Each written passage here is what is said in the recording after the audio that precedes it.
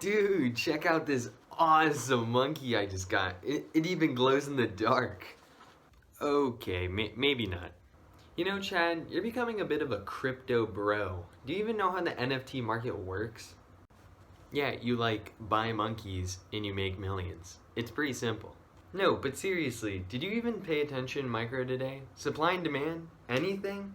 Yes, they supplied a monkey, so I demanded a monkey. What more is there to it? Gosh, it's gonna be a rough day. Here, I know just the guy to help. Here, let me call him.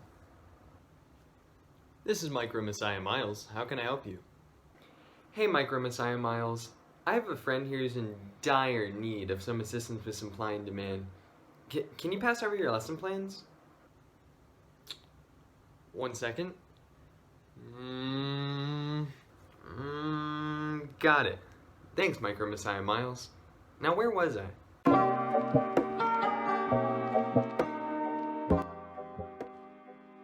Let's start with demand. Here we have a downward sloping curve known as the demand curve. You see, Chad, each point on this curve is different from demand. It's known as quantity demanded. Quantity demanded and demand aren't the same thing? What is this, AP stats? Nope, each point is a quantity demanded, the quantity desired by the consumer at that specific price. Quantity demanded is solely changed by price. However, demand refers to the line as a whole. Back to the downward slope, we have this law called the law of demand. The law of demand states that as price increases, quantity demanded will decrease, and vice versa. Seems intuitive. We don't like paying for expensive monkeys, right, Chad? You know what they say, buy low, sell high, and I do like low prices. Great. We have some nuances as to why the demand curve is downward sloping. They include the substitution effect, the income effect, and the law of diminishing marginal utility. Finally, we have a quick acronym for how to shift this demand curve. NFT? Close. We use TRIBE. This stands for tastes, related goods, income, number of buyers, and expectations. Right, I can remember that. Quick example. If Crocs went back into fashion, how would that shift the demand curve? To the right, I believe. If more people want Crocs, demand will increase. Awesome, one more. If Black Friday was coming next week with huge sales, what would that do to the demand curve today? To the left this time. People are going to wait for the sale, so less people will be buying today. Absolutely correct. Let's move on. On the other hand, we also have supply. Same ideas with demand, we have the distinction between quantity supplied and supply. Main difference now is that the curve is upward sloping. Well, why is it upward sloping? The law of supply. This time, as the price increases, the quantity supplied will also increase. Again, quite intuitive. If suppliers can make a profit, they'll be incentivized to supply a greater quantity. In order to shift the supply curve, we got one more acronym, IRENT. Oh, I think I remember that one. Inputs, related goods, expectations, number of supplies, and technology. I'm impressed. Let's test that knowledge. If pencil components like the eraser and graphite got more expensive, what would happen to the supply curve for pencils? A shift to the left. Expensive production makes it tough to supply as much. Yep, now let's say we have a breakthrough in pizza oven technology. What's going to happen to the pizza supply curve? To the right. Faster ovens means more pizza for the boys. I wonder if I could bet Jim to eat 3 pizzas in an hour. I think you got it. I know math isn't your strong suit, but we're going to have to do some calculating. Is it at least street math? Actually, yeah. We have this concept called the elasticity of demand, which is how responsive consumers are to a change in price. Here are some characteristics relating to elasticity of demand. When something is very elastic, the demand for it will change greatly, like with soft drinks. If Coke became super expensive, are you going to pay for it? Nope, I just go get some Pepsi. Exactly. Alternatively, say we need a heart transplant. Regardless of the price, we still need a new heart. So that's a very inelastic good. You're getting it. Couple of graphs for you. Generally, more horizontal is elastic and more vertical is inelastic. And here's a formula. You'll notice that everything is a percent change. Generally, higher numbers are more elastic and anything less than 1 is inelastic. Got it. One condition we didn't talk about is unit elastic, where we have a 1-to-1 relationship. Lastly, we have the total revenue test. Companies can actually make business decisions off of price elasticities. For example, if an elastic goods price increases, consumers will react strongly and buy less, decreasing total revenue. But if an inelastic goods price increases, consumers will react less, and the higher price will mean more revenue. Wow, can I even apply that to my NFT? Probably. You just need to figure out the elasticities of similar NFTs. Remember, you can calculate whether a good is elastic or inelastic from a graph by taking two quantities and prices. So I hope you've been studying that formula.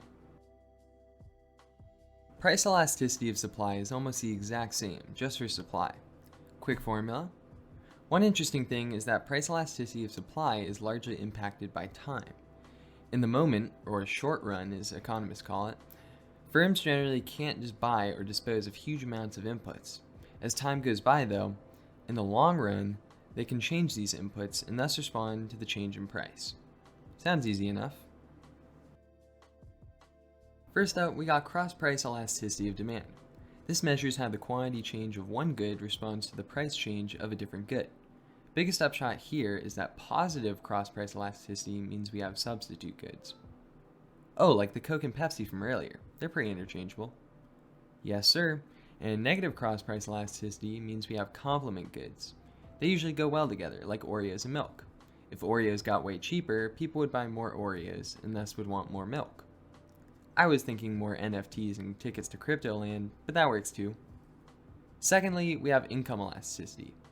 Upshot here is that positive means we have normal goods and negative means we have inferior goods. Us on the Sigma grind set don't purchase inferior goods. Fine, whatever. Normal goods are demand more as we get more income, like nice clothes. Inferior goods include things like cheap ramen. As we get more money, more income, we shift towards better foods. Small note, if the income elasticity is very large, we may be dealing with a luxury good, which is very responsive to changes in income since they are largely unnecessary. I'm on that all luxury lifestyle. Good for you, Chad.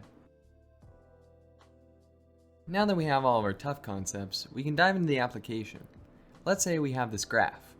We have a term, market equilibrium, which simply is where the supply and demand curves meet. This gives us the optimal price and quantity for the market. Important stuff, where curves meet? I wonder if that's a recurring theme in micro. Anyway, we also have these terms, consumer and producer surplus. They describe the difference between what each person values the good at and the price the good is actually going for. For example, if I value a good at $10, but the good only costs $4, my consumer surplus would be $6. Same goes for producers. If the good costs $4 to create, and they can sell it for $10, their producer surplus would be $6. So what's up with the big areas on the graphs? That's the summation of all consumers and producers and their surpluses. Some have more and some have less, but they're all represented here. If we take both consumer and producer surplus together, we actually get the economic surplus. Count me in. We have a couple of conditions of a market that's out of whack. The first one is a shortage, where the quantity demanded is greater than the quantity supplied. The other is a surplus, where the quantity supplied is greater than the quantity demanded.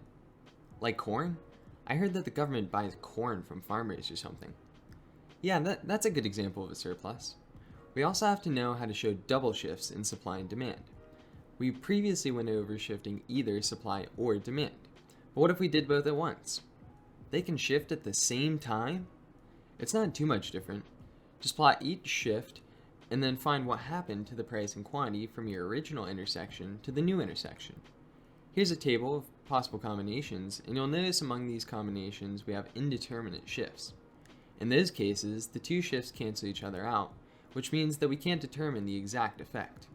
However, we'll always have an axis that definitely increases or decreases.